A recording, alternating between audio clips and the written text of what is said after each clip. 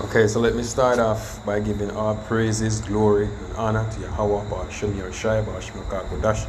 To honors to the apostles, teachers, elders that rule well of GMS, Great Millstone. And you shalom to all the brothers out there, pushing this word, this word, sincerity and honesty, truth, right, to the bitter end, right. This is Brother Ash, by the way, James Jamaica Camp. I was in a little meet the other day, it's a meeting at my job, and, this person was there speaking, and while I was there speaking, he was using some analogies, to describe some things, concerning safety on the job, right. There was one thing that he said, that stood out to me, and I took the pleasure of exercising, that what he said in the spirit, and it connected so well with my spirit, it prompted me to do this lesson, right. And what he was saying was that basically, whenever you take on a task, there's always a reason behind it, why you agree to do something.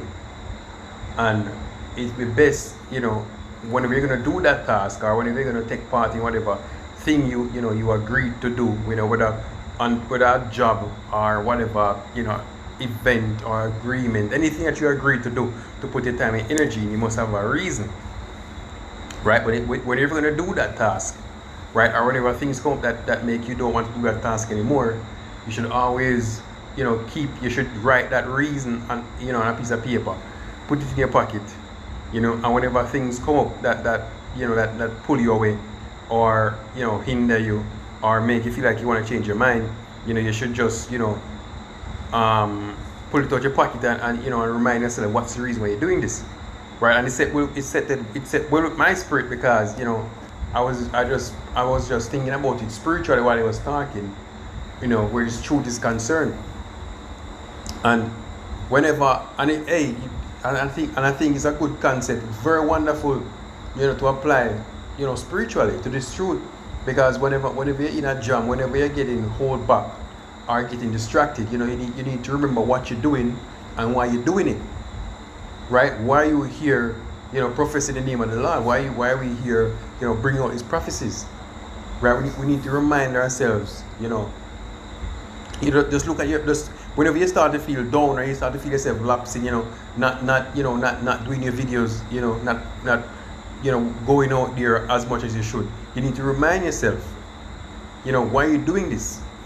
Are you doing this for first of all, are you doing this for your sake, right? Is this a me thing? Right, or is this the Lord's thing? Right, we need to constantly, remind ourselves, what we're doing. That what we're doing is not no joke thing. It's not no pastime thing. It's not something that you just do on the weekend or whenever you have the time, or in the leisure time rather. Right, it's something that should be always at the forefront of our minds. Hey, this thing is serious. Right, but you need to remind yourself, why may I do this, right? And there are multiple reasons, right? I'm gonna go into some scriptures, to remind us, why we're doing this thing, right? And I'm gonna go back and forth to show you, from both ends, right? So I'll start here. This is St. Matthew 19:28, and Yahushua answered them and said, "Verily I say unto you, that ye which have followed me in the regeneration, when the Son of Man shall sit on the throne of His glory, ye also shall sit upon the 12 thrones, judging the 12 tribes of Israel. And everyone that forsaketh house, or brethren, or sister, or father, or mother, or wife, or children, or lands, for my name's sake, shall receive 100-fold, and shall inherit everlasting life." So that's one of the reasons. That's one reason why we're doing this thing, or pushing this truth. Hey, anybody who wants to stay on this side and live and try to create a life here, you ought to die with it. right? Because they use the word ambitious lightly. I mean, I think it's another word for being proud, and the most I hate a proud look, right? But just for loosely speaking, right? You use it without ambition. If you want to stay here in this life, like everybody else before us, that live and say they made some money and then they got sick and died, or just died of gunshot wounds, poisoning, motor vehicle accident, stab wounds, fall off a tree, whatever it may be. You lack ambition, right? Because here the Lord is promising us eternal life. So whatever things we acquire unto ourselves is going to be forever, right? It's not going to, you're not going to woman saga with your woman back and forth, breakups, and all of that's going to be a thing of the past, right? All that's going to be things of the past. The Lord is not about that. The Lord is about giving us a better life. Everything that we give up on this side, we shall receive 100-fold, right? Why not strive for that? Hey, as I always say, people, everyone's gonna die anyway. People gonna die anyway. So why not die for a cause, right? What do you want to go? What do you want to sell out and die, or you want to be a wimp about it and die? You're still gonna die. So why not die? Why not go out for the Lord, the How Bashim Yashai, in righteousness? Everybody out here. I mean, there's this video circulating on the internet right now. That artist, dancehall artist, what's your name, Spice? On stage, and this homo, come up on the stage and saying, when I say batty, you say man. That's what we call it in Jamaica. We call it batty man, right? And basically endorsing it. So, I mean, who wants to stay here in this society? You're just as bad as if you want to be here, right? The Lord promised us a better life, a life living in righteousness. Why not strive for that, right? That's why we're on the highways and the byways, because we fear the Lord, right? We know His wrath and we know His reward, and that is our purpose. That is the purpose why we do this, and we do this through faith, right? We do this through faith, knowing that the Lord will reward us, for having faith, and we have faith in having faith. Inside joke. We have faith in having faith. Right, and we're exercising that faith by going out there in the highways and the byways. Right, that is our faith by our works. That is how we're showing you our faith, by our works, pushing this truth. Keep on preaching this truth, regardless of the ridicule, regardless of the lashback, regardless of the scoffers. That out there, doing what they do best, scoff. Hey, Noah had scoffers, but what did Noah do? Noah kept pushing, because the Lord said, hey bro, this is what's going to happen. This is what you need to do. And Noah worked on that ark for years. Not breaking faith. Not breaking character. Right? He kept on pushing. But you know what? In the end, it worked out. Right? That's the kind of faith we got to have in this truth. Believing that what the Lord said He's gonna do is what's actually going to happen. Right? A precept just came to mind. Let me just grab it real quick. Alright, this is Romans 15 verse 4. For whatsoever things were written aforetime were written for our learning, that we through patience and comfort of the scriptures might have hope. Right? Hey, those are the reasons why those stories are there, to build our faith, right? To promote, or to enhance, to feed, to groom our patience, right? That we might have patience, right? Knowing that the Lord will deliver, as He did for everyone, all of those great men in the scriptures that He delivered for, right? That is the reason why the scripture is there, right? That we might have hope. Right, knowing that our sacrifice will not be in vain. Seeing that we are the elect, and right now we're the hopeful elect. We know if we are the, seeing that we are the elect, hopefully we are the elect. Our sacrifice will not be in vain. right? Because the Lord is going to deliver on it, whether or not, you know, whether or not the Lord is going to deliver on His promise, because the Lord made a promise to His people, right? And that is what He's going to deliver on, His promise. You know, regardless of what's happening, the Lord's going to deliver on that promise. Right? That's why we got to be like Abraham, right? And believe the Lord. Right? And have faith that he's gonna come true on what He says. Let me just grab another precept really quick. So here,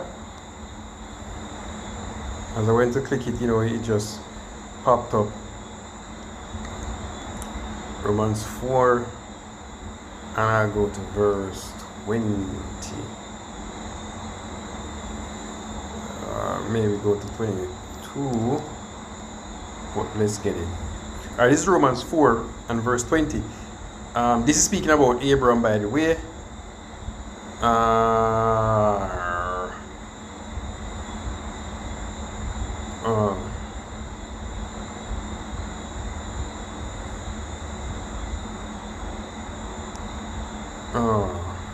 All of this is good.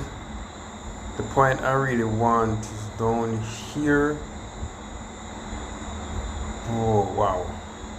Oh, let me just see if I can skim through really quick. So as it is written, I have made thee a father of many nations, as Abraham, before him whom he believed in Yahweh, who quickened the dead, and called those things which be not as though they were, who against hope believe in hope, who against hope believed in hope that he might become the father of many nations. That's Abraham.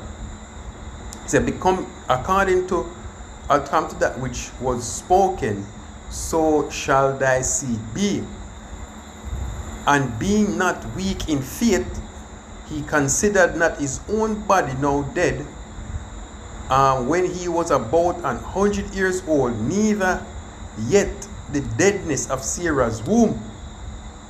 He staggered not at the promise of Yahweh through unbelief, but was strong in faith, giving the glory to Yahweh B'Shem Yahushai, and being fully persuaded that what he had promised he was able to perform, and therefore it was imputed unto him as righteousness. Now that is the type of faith we got to have in the Lord, right? We got to have faith that the Lord's going to deliver, right? And this is how you have to focus your hope. Because mark here, everyone has hope. Everyone is hoping something, but you know, most people have hope in the wrong things, right? They have hope that the society is going to continue. I was telling somebody today that, hey, regardless if even there was not any divine intervention, the economy is going down. Yeah, and you don't have to take my word for it. You can go and look it up. Check out the what's going on with the housing bubble again, the student loan bubble. What's going on with that? You know, the economy is going down. Slowly but surely, I mean, there are people there are ways that, you know, that put it to make it look good, but it's going down, right? The war is inevitable, right? The war is inevitable. Hey, there have been shots fired between Persia and Amalek. You know, if you know, you know. Palestine, Turkey, India, Pakistan, Russia, which is Gog and Magog, are the Medes, modern day Medes. That's the land that they're in. With Ukraine, people who get it involved like Poland. Don't forget China and the US. China and the situation in the South China Sea with Hong Kong. You know, this war is inevitable. And they have them on the WEF telling you straight that, hey, the place is populated and people need to go. So whichever angle you take it from, there's gonna be chaos, right? And when the war kick off, the food supply chain is gonna be damaged, right? And then that's gonna lead to famine. So it doesn't matter which angle you take it from, right? This thing is going down. At this point, you should be hoping for divine intervention. Because that is the only way we're going to escape the chaos that's coming upon this planet. Right? Which goes back to my topic.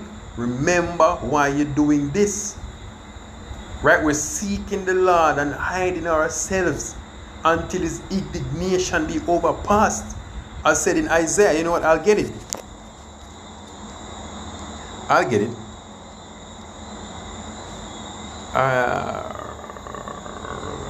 Verse 20. Right, this is Isaiah 26 and 20. It says, come, my people, enter thou into thy chambers and shut thy doors about thee. Hide thyself as it were for a little moment until the indignation be overpassed, the righteous judgment. For behold, the Lord shall come out of his place to punish the inhabitants of the earth for their iniquities, and the earth also shall disclose her blood and shall no more cover her slain. That is the type of hostility that we're going into. Right? We're supposed to be hiding ourselves, if but for a moment. Right? That's why that's more motivation why we keep pushing this truth, why we keep on going out there. Right? It was this mantle was given unto us to bring by the Lord, right? This light, and we're not gonna put it under a bushel. We're gonna raise it high so everyone can see that this is what the Lord has prescribed for this place. Get your asses right or die. That's it. That is it.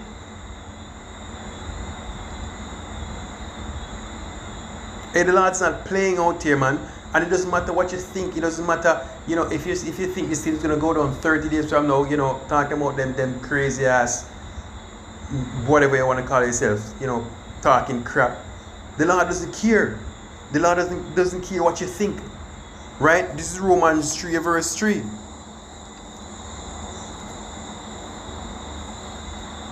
I think it's verse 3. Yeah. So for what if some did not believe? Shall their unbelief make the faith of God without effect? God forbid. Let God be true and every man a liar, as it is written, that thou mayest be justified in thy sayings, and mightiest overcome when thou art judged. Right? Let God be true and every man a liar. Right? The Lord is one who created this construct. The Lord is one who set time as it is. The Lord is one who set the events as they should happen, when they're going to happen, and what should happen.